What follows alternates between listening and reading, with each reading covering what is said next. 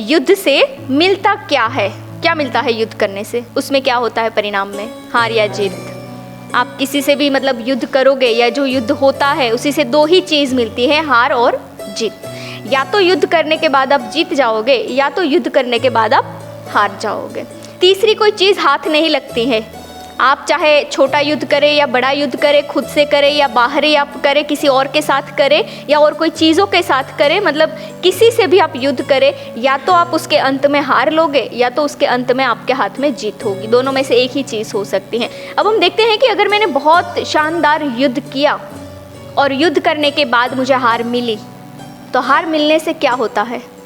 हार मिलने से बहुत सी तबाही हो जाती है, बहुत सी तबाही हो जाती है और बहुतों की हो जाती है। आप चाहे कैसा भी आपने युद्ध किया है, हम देखते हैं ना कि दो देश भी जब लड़ते हैं तो निर्दोष लोगों की जान चली जाती है। इसमें कितनी नुकसानियाँ हो जाती हैं, कितनी बर्बादियाँ हो जाती हैं, बहुत सी पीड़ाएँ हाथ आती हैं। हार के बाद भी आपको ये सारी चीज़ें मिलती हैं, ये एक्स्ट्रा होती हैं। हार तो मिल ही गई, पर हार के साथ साथ ये दूसरा होगा। एक तो बहुत सा पेन मिल जाएगा, बहुत सी नुकसानी हो जाएगी, निर्दोष लोग चले भी जाएंगे, बहुत सी परेशानी हो जाएगी, बहुत सी तबाही हो जाएगी। मतलब हार के बाद आपको यही सारी चीज़ें मिलती हैं, कभी फ़ायदा नहीं मिलता है। इसलिए कहते हैं कि झगड़े नहीं करने चाहिए, क्योंकि झगड़े करके इंसान भी जाता है, वस्तु भी जाती है, समय भी जाता है और एनर्जी भी वेस्ट होती है ना। ये सारी चीज़ करते हैं हम, खुद से झगड़े करते हैं या औरों से झगड़े करते हैं। खुद से यानी कि हमने देखा कि दो ही विचार हमारे आपस में टकराते हैं, तो ये खुद से जब ये सारी चीज़ें चलती हैं, इससे रिजल्ट के फॉर्म में आपको हार ही मिलती है। और हार में भी बहुत सारी नुकसानी, पीड़ा, तबाही, बर्बादी यही हाथ लगती हैं। और इसके साथ साथ आपका क्या होता है नुकसानी में? मेन तो इंसान के साथ अगर करोगे तो इंसान से आप अलग हो जाओगे, इंसान को खो दोगे। विचारों के साथ लड़ोगे तो विचार आपके कमज़ोर होते जाएंगे। वस्तु के साथ करोगे, वस्तु आपकी चली जाएगी, एनर्जी जाएगी और सबसे बड़ा आपका समय जाएगा युद्ध करने से, झगड़े करने से, है ना। अगर समझ लो ये युद्ध किया हमने और हम जीत गए, तो जीत के बाद क्या आता है हाथ? अगर समझ लो, जैसे अर्चना दी ने बताया कि जीत गए तो एक प्राउड मोमेंट तो होता ही होता है कि हमने जीत लिया, बट उसी के साथ एक अफसोस भी रहता है कि लात खाकर सीखे। ऐसे ही तो सीख सकते थे, जीत जाते हैं फिर भी एक अफसोस होता है कि लात खाकर सीखे। हम ऐसे भी तो सीख सकते थे, ऐसे भी तो समझ सकते थे, प्रेम से तो समझ सकते थे, है ना। यही लैंग्वेज है कि कोई चीज़ के झगड़े ही करे तब जाकर ही उस सॉल्यूशन को हाथ ले? नहीं, प्यार से भी हो सकती थी वो चीज़ें, प्यार से भी समझ सकते थे, प्यार से भी समझाया जा सकता था, है ना। तो जीत से भी आपको हाथ अफसोस लगता है, जीत के बाद भी ऐसे प्राउड मोमेंट या मतलब लाइक इतनी बड़ी अचीवमेंट मिलने के साथ भी आपको ये अफसोस तो रहता ही रहता है उस जीत के बाद, क्योंकि आपने उसका जो तरीका था वो युद्ध लिया था, उसका जो रास्ता था वो युद्ध अपनाया था, है ना। तो जैसे आपने देखिए कौरव और पांडव के बीच में जो युद्ध हुआ, हस्तिनापुर जीत भी लिया, फिर भी अर्जुन के मन के अंदर एक ही था कि मैंने बहुत गलत कर दिया, मैंने बहुत पाप कर दिया, मैंने कितनों को मार डाला, है ना। जीतने के बाद भी उसका वही तो प्रश्न था जब युद्ध कर रहे थे कि मैं मारने के बाद भी ये निर्दोषों की जान क्यों लूँ, मैं इतने पाप क्यों करूँ। तो जीतने के बाद भी ये सारी रिग्रेट्स जो है वो रह ही जाती हैं।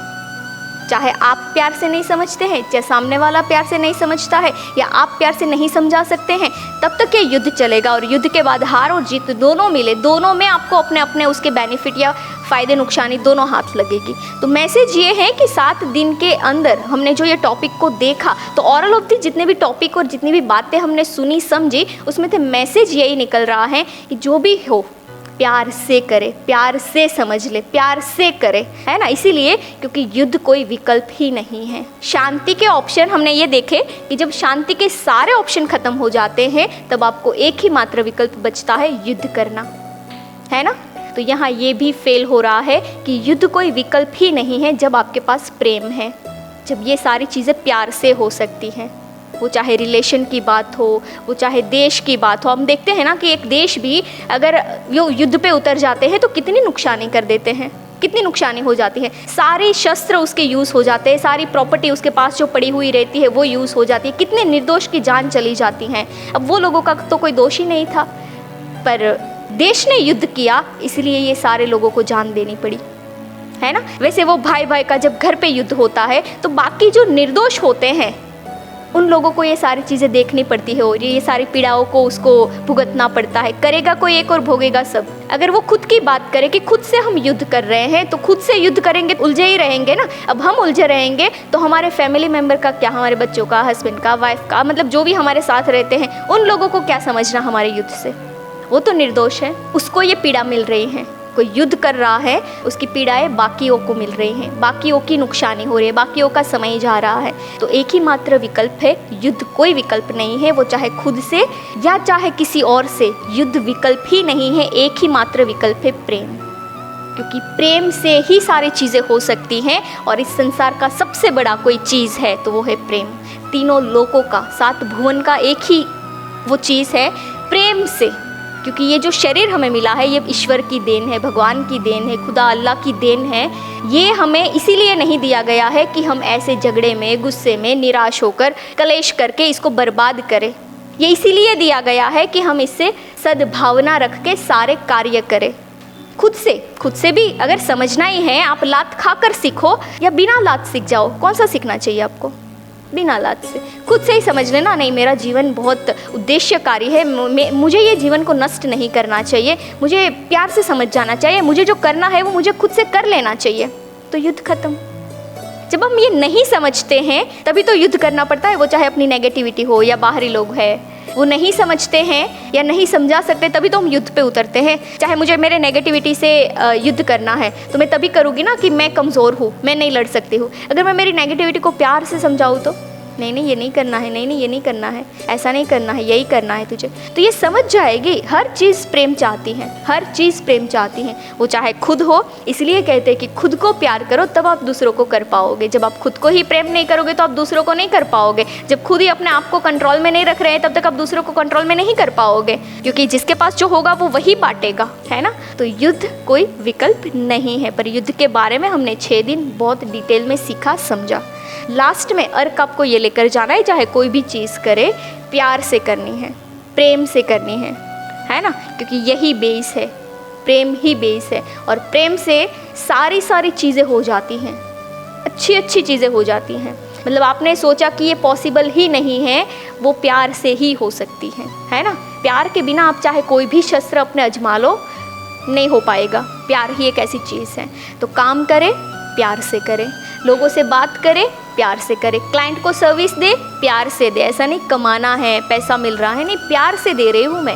बस मेरा उद्देश्य कुछ है, भगवान ने मुझे बनाया है, ये भगवान की देन है, तो मुझे इसको यूज़ करना है।